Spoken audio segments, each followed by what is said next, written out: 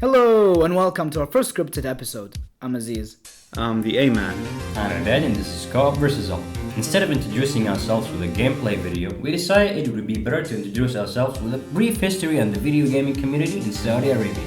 Unlike in the US, we didn't have the ping pong machines that started the video gaming market, nor were we affected by its collapse back in 1983. However, we did get Nintendo's Famicom a year later, which coincided with the opening of Computer House, the first video gaming store franchise in Saudi Arabia. Computer House provided us with all kinds of Famicom games. Well, I say all kinds, but that's what we thought back then.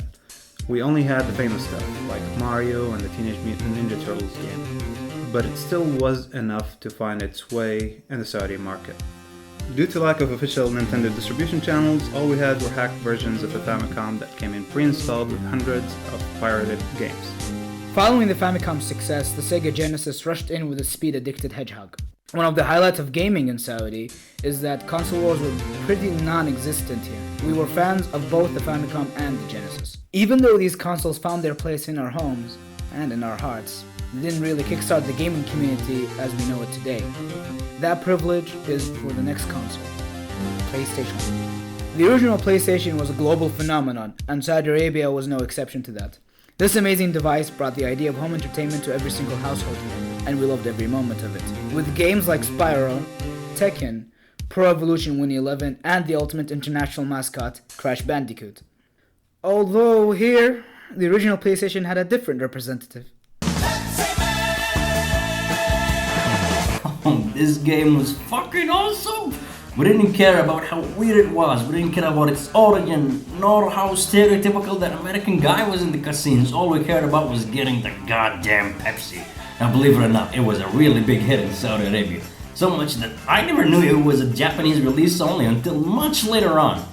Story-heavy titles such as Metal Gear Solid 1, Final Fantasy VII, and other various RPGs were hard to get into for most because of the language barrier. But translated gaming magazines allowed these niches to barely survive. But I love those guys. I mean, I spent so many days wasting my bullets on Psycho Mantis, not knowing what to do. I mean, sure, the colonel does tell you later on, but I barely knew what door meant at the time. These magazines were a blessing. Sadly, that's not the only Nintendo console that suffered here. Since Nintendo still had no official distributor, all these games and consoles were brought here by individuals such as Computer House. This and the killer performance of the PlayStation 1 killed any chance of success for Nintendo 64. At the time, it was a very rare console to find at households. Wait, you say, my hypothetical audience surrogate, what about the PC side of gaming? Yes, these days a large section of Saudi gamers do have their own personal computers, but that wasn't the case 20 years ago, or hell, even a decade ago. What was widespread, however, were network cafes similar to the ones found in the Asian market. People would come in, pay a small cost, what would equate to $1 an hour, and bring some small snacks and soft drinks and spend most of their free time there. There were a lot of popular games in those cafes, but to give you a brief timeline, in the early 2000s, Counter-Strike was the craze back then. And then, in the mid-2000s, World of Warcraft took over the throne from Counter-Strike. Up until 5 years ago, where League of Legends dominates the scene to this day. Next in line is the PS2 that we got a year after its release date in late 2001. By then, the name Sony was big enough in Saudi thanks to the PS1 that no one questioned what console to get next. It had to be the PS2. Sadly, the Sega Saturn and Dreamcast weren't close to being popular or even common. And Nintendo's GameCube barely found buyers. It's technically very rare here. Still, thanks to the PS2, the gaming industry grew so big that small niche markets found their audience. And that's no exception in Saudi Arabia. And our gaming community grew more diverse. Another factor that helped in this diverse taste of games was the lack of DRM that we still had. The PlayStation 2 consoles were hacked to play copied games. We bought PlayStation 2 games with only 10 reals. Only 10! This was a golden opportunity for anyone interested in games. I remember trying out all kinds of titles with pocket change. Trying out different genres and niches weekly was much less risky than it was in other regions. The game that had the most impact on the Saudi pop culture, however, was hands down GTA San Andreas. All we had to do was follow the damn train, CJ. Oh, this game was viral. Everyone wanted to try it as soon as they heard about it. Hell, even people who don't play video games wanted to try it. It launched the gaming community to its next level.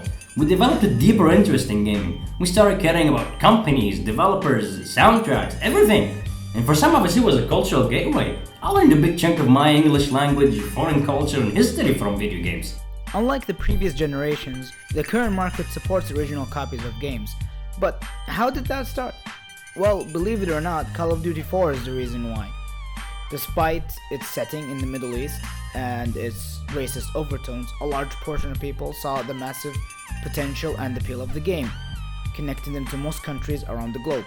It wasn't the first game that tried that approach, however. The Xbox 360 tried that with Gears of War and Halo 3, but unlike literally the rest of the world, Saudi players didn't really care about the Xbox. It is still funny though that the first franchise to penetrate the market other than Grand Theft Auto and soccer would be a glorified Middle Eastern killing simulator, as some would call it. Yeah, remember the 10 real games from before? It changed to 230 reals per game for PS3 and Xbox 360. Still, the gaming community adapted to the new market and enjoyed what it offered. After that, it was influenced by both the Eastern and Western communities, but it leaned more to the Western side. And that's actually it for our video gaming history. Hope we didn't bore you out, guys. Thanks for watching, hope you enjoyed our little history lesson. Tell us what you think, and look forward to our next video. Or don't, I'm not the boss of you.